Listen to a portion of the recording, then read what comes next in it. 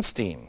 She said, quote, Cass Sunstein is the preeminent legal scholar of our time, the most wide-ranging, the most prolific, the most cited, and the most influential. Cass Sunstein, who I maintain is the most dangerous man in America.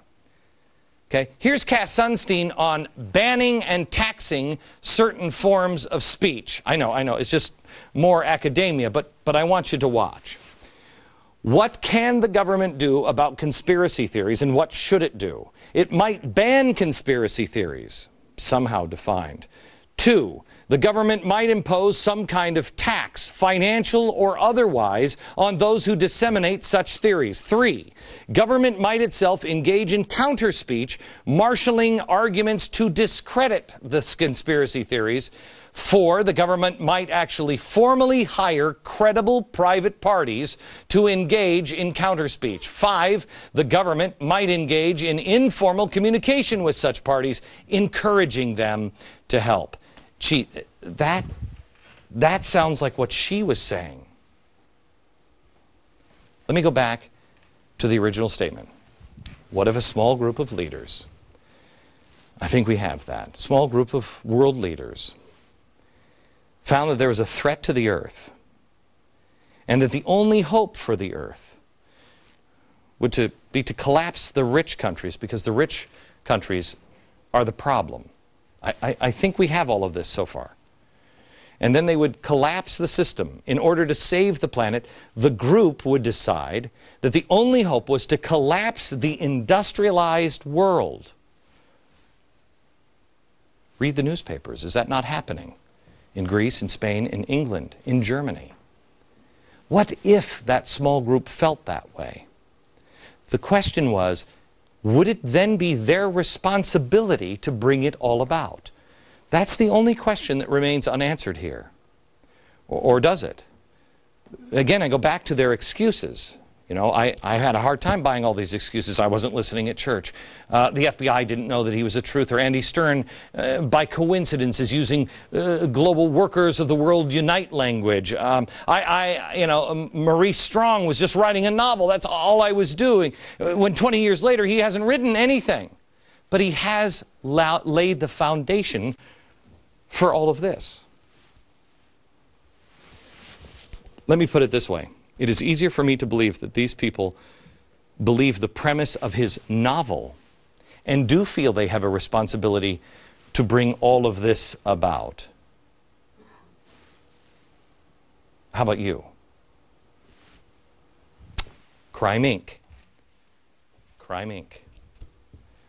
Our search continues. We'll be right back.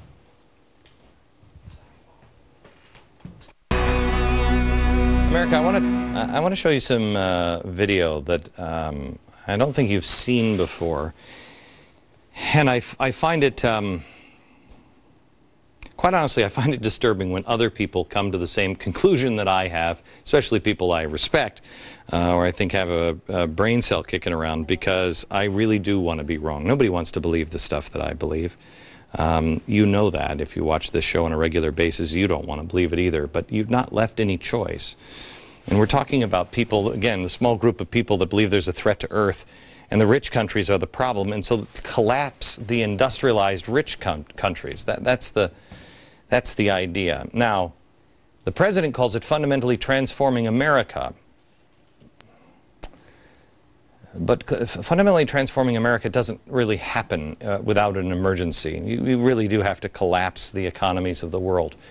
Brian Williams from NBC was on David Letterman, I think last week. I don't know if you saw it. I don't know if anybody watches Letterman, but I want you to listen to what Brian Williams said and see if it sounds familiar at all.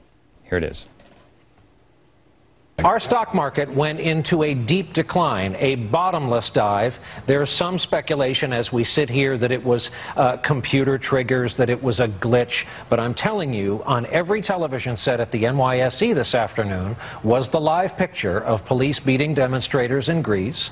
One fire on a sidewalk turned out to be 3 people on fire. The Parliament had passed this measure to do some emergency spending. Here's the daisy chain: Greece to Portugal to Italy. Germany is kind of Europe's bank. Germany, a lot of this stops at Germany, but we're going to be in some trouble here for a while. The danger is it hurts the U.S. economy. As someone said on television this afternoon as part of the cable coverage, the dirty little secret is the world has no money and the emperor has no clothes. If I wasn't a tad too close to this, I'd probably not leave the house.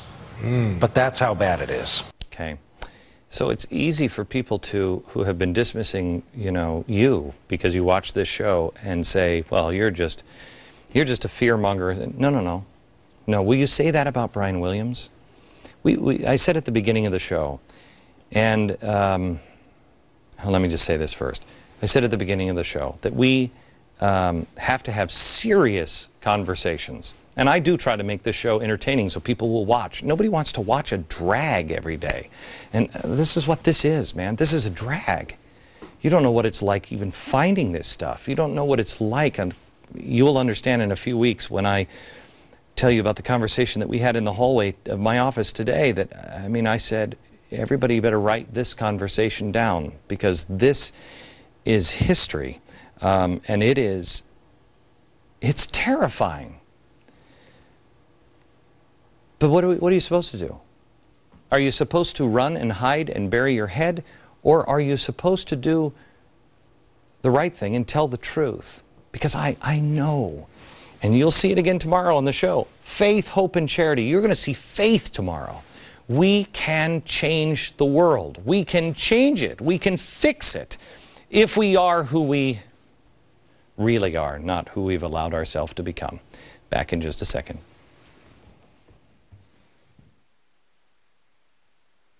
Okay, America, I just want to show you one piece of video here, actually 2 pieces of video.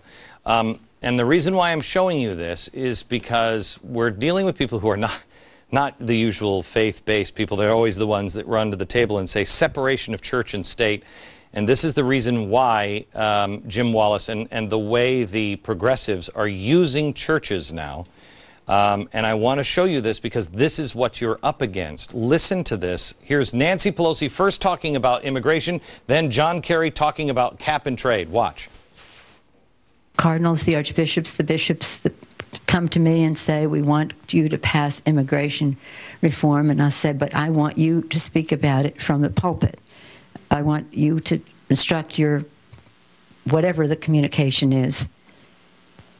The people, some who oppose immigration reform, are sitting in those pews. And you have to tell them that this is a manifestation of our living the Gospels. We have the broadest base of support, as I said. We have faith-based community support for this bill. We have generals and admirals who believe this is essential for American security. We have major business leaders who believe this will create jobs and make us competitive. I played this for you last night, and I showed you the connections of their faith-based. It was one click away into redistributive wealth and socialism. They have duped a lot of people in faith, and you just need to pay attention on what's going on. Tomorrow on this program, I'm going to recharge your batteries a little bit. I'm going to teach you something, an hour of George Whitefield. Most Americans have never even heard of him, but if it wasn't for this man, I don't think there would have been an American Revolution. And he taught a fundamental principle, the individual right, the individual power. Don't miss a second of that tomorrow. And on the Insider Extreme at glennbeck.com on Saturday, we're going to have live exclusive coverage of my NRA keynote speech.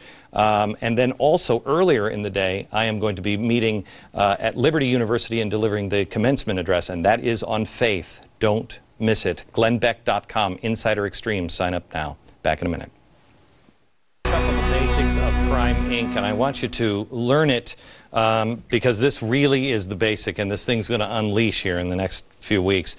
Go to glennbeck.com, look for the Crime Inc. It's on the Chicago Climate Exchange. You learn who, what it is. It's a theft of our rights and our money. It's happening now. Why? Power and control. Go to glennbeck.com now. See you tomorrow with Faith and George Whitefield from New York. Good night, America.